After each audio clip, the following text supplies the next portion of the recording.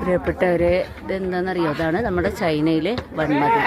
22,000 kilometre നീളമാണ് മുഴുവനായിട്ട് ഈ വൻമതിലിനുള്ളത്.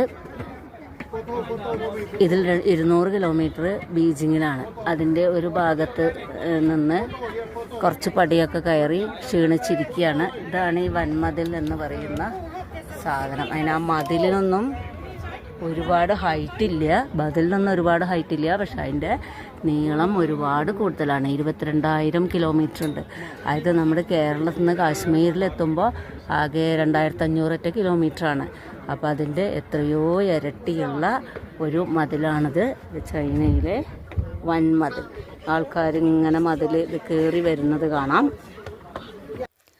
വൻമതിൽ കയറാൻ തയ്യാറെടുക്കുകയാണ് ഞങ്ങൾ.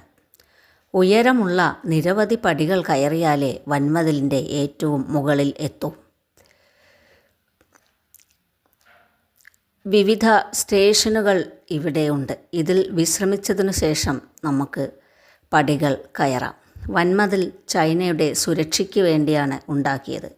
ഇത്തരം സ്റ്റേഷനുകൾ പണ്ടുകാലത്ത് പട്ടാളക്കാർക്ക് ചുറ്റും നിരീക്ഷിക്കാൻ വേണ്ടി ഉണ്ടാക്കിയതാണ്.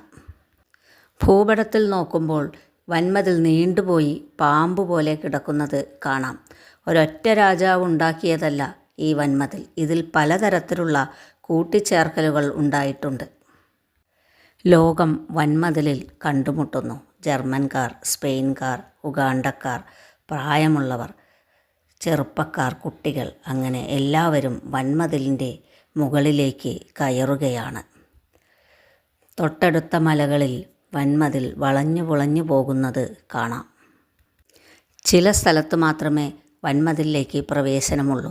മറ്റുള്ള സ്ഥലത്ത് കേടുപാടുകൾ സംഭവിച്ചിട്ടുണ്ട്.